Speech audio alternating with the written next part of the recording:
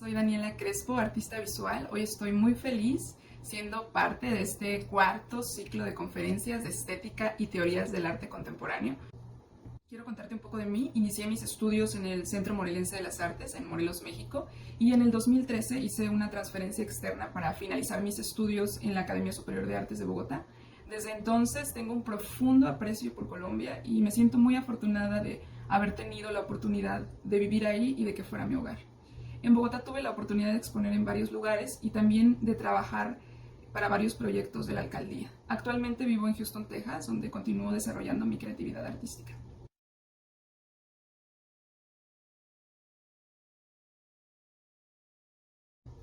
Comenzaremos esta interesante temática reflexionando sobre la palabra brujería. Esta inevitablemente nos evoca una aproximación con el mundo mágico, acompañándonos irremediablemente de las brujas como ejecutantes de esta alquimia.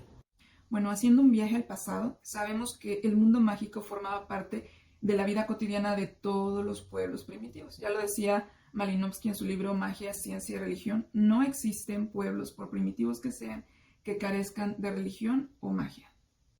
Ha habido enormes discusiones sobre este rastro mágico que nos conecta con la brujería, pero el punto importante aquí es que sin importar las diferentes perspectivas de estas discusiones o de estas investigaciones, nos dejan claro que la magia es un atributo intrínseco en la historia de la humanidad. Para conectarnos con ese momento histórico en el que todo lo brujil parece comenzar, vamos a tomar como punto de partida la definición misma de la palabra bruja.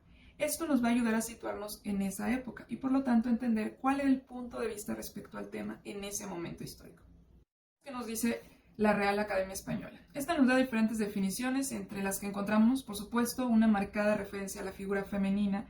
Entre estas está mujer malvada, que hechiza, que presiente lo que va a suceder, de aspecto repulsivo, que en los cuentos infantiles tiene poderes mágicos y que vuela en escoba. Es muy importante notar cómo ya desde esta perspectiva podemos ver cómo esta palabra está muy identificada con el imaginario femenino y con el concepto que actualmente tenemos sobre el tema. Debido a que resulta imposible con estas definiciones no imaginar a la típica bruja de sombrero puntiagudo y escoba haciendo sus hechizos en caldero. Pero además, la RAE nos dice que como adjetivo calificativo, por ejemplo, en Chile representa a alguien fraudulento, o en México, por ejemplo, si alguien te dice estoy brujo o estoy bruja, significa que no tienes dinero. Me parece muy interesante que, aunque no hemos llegado a la definición principal, ya desde aquí tenemos a modo general uno de los conceptos más reconocidos sobre lo brujil y que a pesar del paso del tiempo no se ha modificado del todo. Veamos qué nos dice su definición principal. Esta, tanto masculina como femenina, nos dice persona a la que se le atribuyen poderes mágicos obtenidos por el diablo. Estas palabras completan el carácter de la bruja en nuestro imaginario, puesto que alrededor de este aspecto diabólico surgen muchas precauciones respecto al tema. ¿Cómo fue entonces que todos estos conceptos demoníacos se relacionaron con la feminidad a tal grado que terminaron considerándose un delito?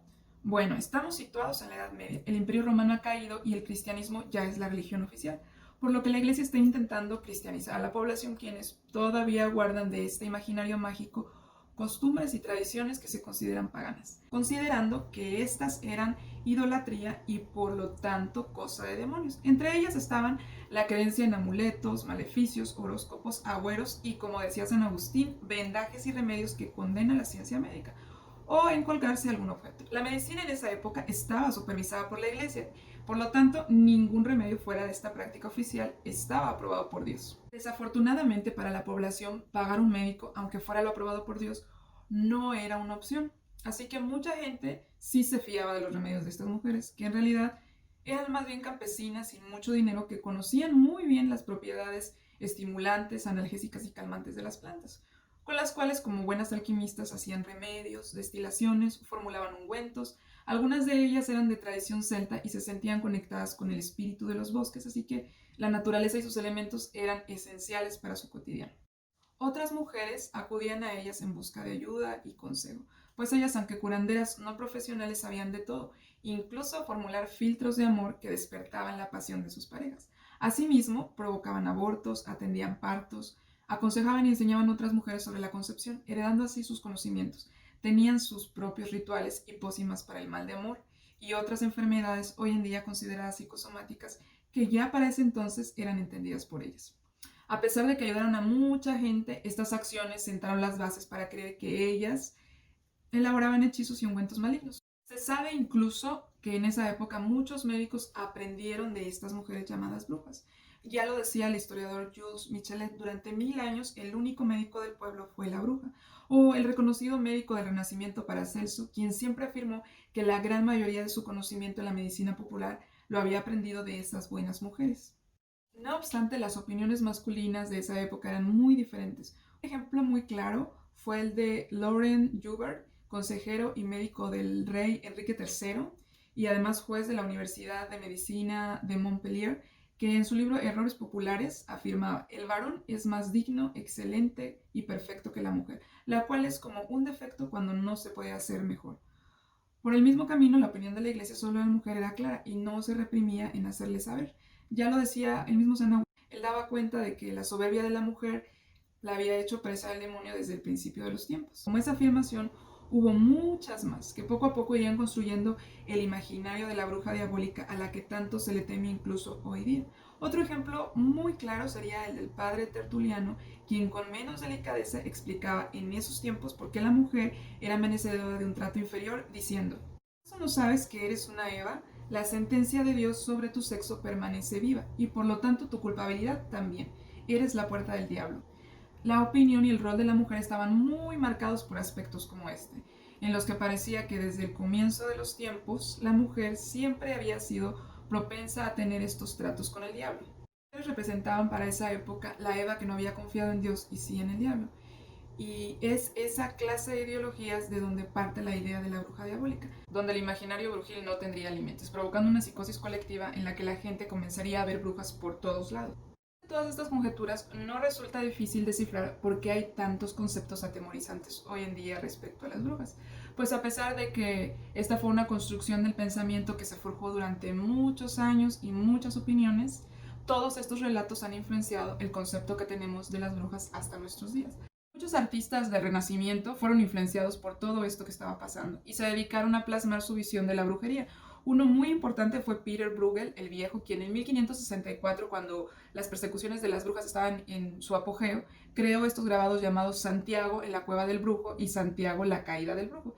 Estos grabados ofrecían por primera vez una iconografía definida de la imagen de la bruja y por eso fueron tan importantes. Sus imágenes crearon un código visual en el que pudiéramos pensar que él estaba a favor de la casa de las brujas, pero más bien es una crítica de lo que estaba pasando en aquel momento, pues el artista es descrito por sus biógrafos como una persona divertida, en sus imágenes ponía un sentido crítico e irónico.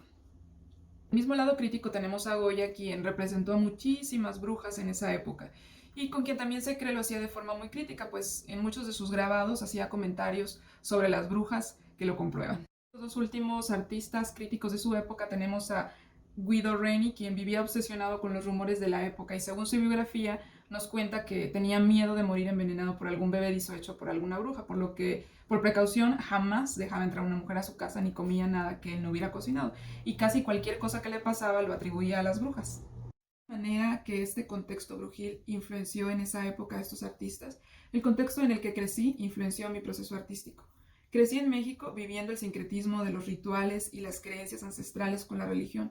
Recuerdo mucho observar a la gente después de ir a misa, salir y darse una limpia de hierbas y copal. También me acuerdo muchísimo de mi abuela hablando del mal de ojo y de brujerías.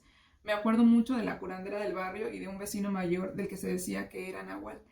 Estas experiencias marcaron mi imaginario y comencé a investigar sobre rituales ancestrales, hierbas medicinales y a leer sobre tarot, que ahora me acompaña casi a todos lados. Y así surgió el proyecto que nombré Cabello Ritual. Comencé a investigar sobre los rituales y simbologías del cabello y encontré muchos significados que lo relacionaban con el espíritu. Por ejemplo, para los quichuas su cabellera estaba ligada a la fuerza del sol, algo muy similar a lo que creían los mexicas, para quienes la cabellera servía de recipiente contenedor del tonali o sol, y a su vez el tonali también significaba alma y espíritu. Su conexión con el cabello era tan importante que cuando capturaban a alguien le cortaban el pelo, sobre todo el de la coronilla de la cabeza, para que el tonali o su espíritu saliera de ellos. Encontré en estos simbolismos un enorme parecido al de los rituales cotidianos de cabello, donde existe la necesidad de cortar a través del pelo emociones o situaciones negativas. Cual bruja para hechizo, comencé a recolectar muchas muestras de cabello. Para mí, el cabello está de por sí cargado energéticamente de la esencia corpórea de la persona a la que pertenece.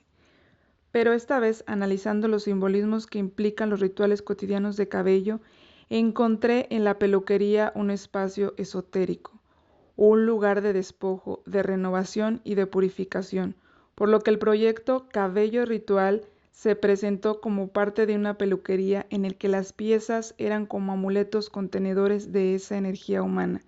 Casi todos los mechones de cabello estaban contenidos en agua, puesto que es un elemento purificador por excelencia. Otras piezas, en cambio, estaban contenidas en hierbas amargas y dulces.